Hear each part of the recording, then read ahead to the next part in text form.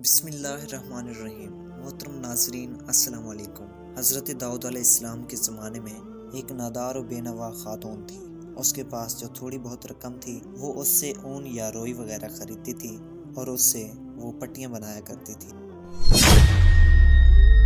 اور پھر انہیں بیچ کر انتہائی سادگی سے اپنی اور اپنے بچوں کے اخراجات پورے کرتی تھی۔ ایک دن وہ اون کی پٹیاں بنا کر بازار میں بیچنے کے لیے سر پر رکھے جا رہی تھی کہ اچانک تیزی سے ایک کوا آیا اور ایک پٹی اٹھا کر لے گیا۔ وہ بے سہارا خاتون بہت رنجیدہ ہوئی اور حیران و پریشان ہوئی۔ وہ حضرت داؤد علیہ السلام کے پاس آئی، اپنے تنگ حالات بیان کیے اور کوے کے پٹی اٹھا کر لے جانے کا واقعہ بیان کیا۔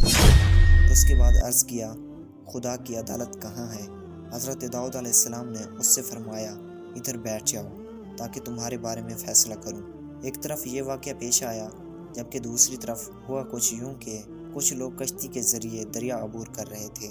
ان کی کشتی میں ایک سوراخ ہو گیا اور اس میں پانی داخل ہونے سے کشتی کے ڈوبنے کا خطرہ بڑھنے لگا۔ ان لوگوں نے نظر مانی کہ اگر اس خطرے سے نجات مل گئی تو 1000 دینار اللہ کے کسی بھی فقیر بندے کو دیں گے۔ اللہ تبارک و تعالیٰ نے ان پر لطف و کرم کیا اور اس کوے کی ڈیوٹی لگائی کہ وہ اس خاتون کی پٹی اٹھا کر کشتی میں لا پھینکے، تو اس کوے نے ایسا ہی کیا۔ ان لوگوں نے اس پٹی سے فائدہ اٹھایا، اس سے کشتی کا سوراخ اچھے طریقے سے بند کیا اور ڈوبنے سے نجات پائی۔ اب وہ لوگ ساحل پر پہنچ گئے تو اپنی نظر ادا کرنے کے لیے سیدھے حضرت داؤد علیہ السلام کی خدمت میں حاضر ہوئے اور 1000 دینار حضرت داؤد علیہ السلام کی خدمت میں پیش کرتے ہوئے اپنے دریا سے نجات پانے کا پورا واقعہ تفصیل کے ساتھ سنایا۔ حضرت داؤد علیہ السلام نے اس خاتون کے سامنے خدا کی حکمت و عدالت بیان کی اور وہ 1000 دینار اسے دے دیے۔ وہ خاتون بہت خوش ہوئی اور سمجھ گئی کہ خدا سے زیادہ کوئی بھی عادل تر اور احسان کرنے والا نہیں ہے۔ حضرت داؤد علیہ السلام کے زمانے میں ایک شہوت پرست شخص لگاتار ایک خاتون کے پاس جاتا اور اسے منافی صفت کے کام کرنے پر مجبور کرتا تھا۔ اللہ تبارک و تعالیٰ نے اس خاتون کے دل میں ایک بات ڈالی کہ اس شہوت پسند شخص سے کہے، تو جب بھی میرے پاس آتا ہے اس وقت ایک اجنبی شخص تیری بیوی کے پاس جاتا ہے۔ اس خاتون نے یہ بات اس شخص سے کہہ دی۔ وہ شخص ایک دن اپنے گھر آیا اور دیکھا کہ ایک اجنبی شخص اس کی بیوی کے ساتھ ہم بستر ہے۔ یہ ماجرا دیکھ کر وہ بہت پریشان ہوا اور اس شخص کو پکڑا اور اس شخص کو حضرت داؤد علیہ السلام کے پاس لے جا کر کہا، مجھ پر ایک مصیبت آن ٹوٹی ہے جو آج تک کسی پر نہ ٹوٹی ہوگی۔ حضرت داؤد علیہ السلام نے پوچھا، وہ کون سی مصیبت ہے؟ تو اس شہوت پرست مرد نے کہا، یہ شخص میری عدم موجودگی میں میرے گھر آیا ہے اور میری بیوی سے زنا کیا ہے۔ اللہ تعالیٰ نے حضرت داؤد علیہ السلام پر وحی نازل کی اور فرمایا، اس مرد سے کہو جیسا کرو گے ویسا بھرو گے۔ حضرت داؤد علیہ السلام گھر میں بیٹھے ہوئے تھے کہ آپ علیہ السلام کے پاس ایک فقیر اور پریشان حال نوجوان بھی بیٹھا ہوا تھا۔ یہ جوان حضرت داؤد علیہ السلام کے پاس بہت زیادہ آتا جاتا تھا۔ ایک دن حضرت اسرائیل علیہ السلام حضرت داؤد علیہ السلام کے پاس آئے اور گہری نگاہوں سے اس نوجوان کو دیکھنے لگے۔ پیارے دوستو، حضرت داؤد علیہ السلام نے حضرت اسرائیل علیہ السلام سے کہا، اس جوان کو کیوں دیکھ رہے ہو؟ حضرت اسرائیل علیہ السلام نے کہا، مجھے حکم ہوا ہے کہ میں اس ہفتے کے آخر میں اس جوان کی روح قبض کر لوں۔ حضرت داؤد علیہ السلام کے دل میں اس جوان کے لیے تڑپ پیدا ہوئی اور اس سے کہا، اے جوان، کیا تمہاری بیوی ہے؟ جوان نے کہا، ابھی تک میں نے شادی نہیں کی ہے۔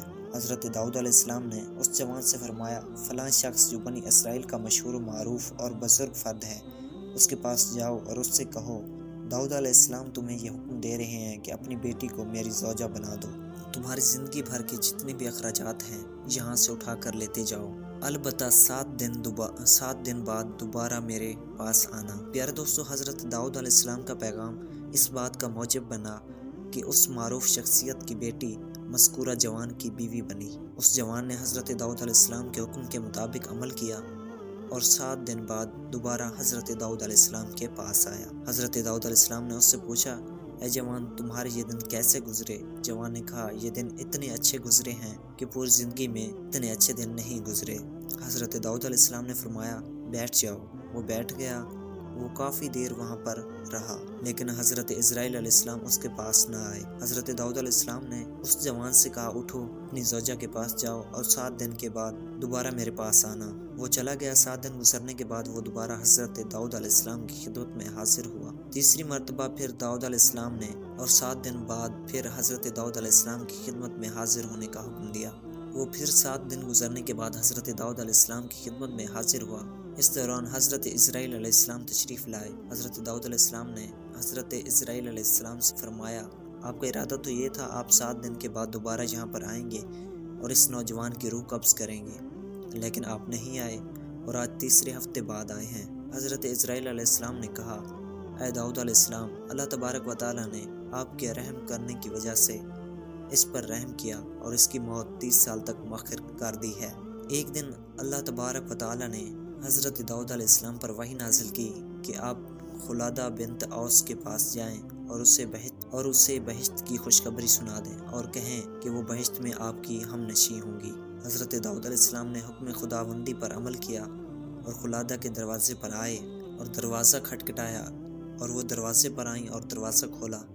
جو ہی ان کی نگاہیں حضرت داؤد علیہ السلام پر پڑیں تو عرض کیا، کیا اللہ کی طرف سے میرے لیے کچھ نازل ہوا ہے جو آپ سنانے کے لیے تشریف لائے ہیں؟ حضرت داؤد علیہ السلام نے کہا، ہاں۔ خلادہ نے پوچھا، وہ کیا ہے؟ حضرت داؤد علیہ السلام نے کہا، اللہ تبارک و تعالیٰ نے میرے اوپر وحی نازل کی ہے اور فرمایا ہے تم بہشت میں میری ہم نشیں ہوگی۔ کہا، آپ کو شبہ ہوا ہے، وہ میں نہیں ہوں بلکہ کوئی میری ہم نام ہے۔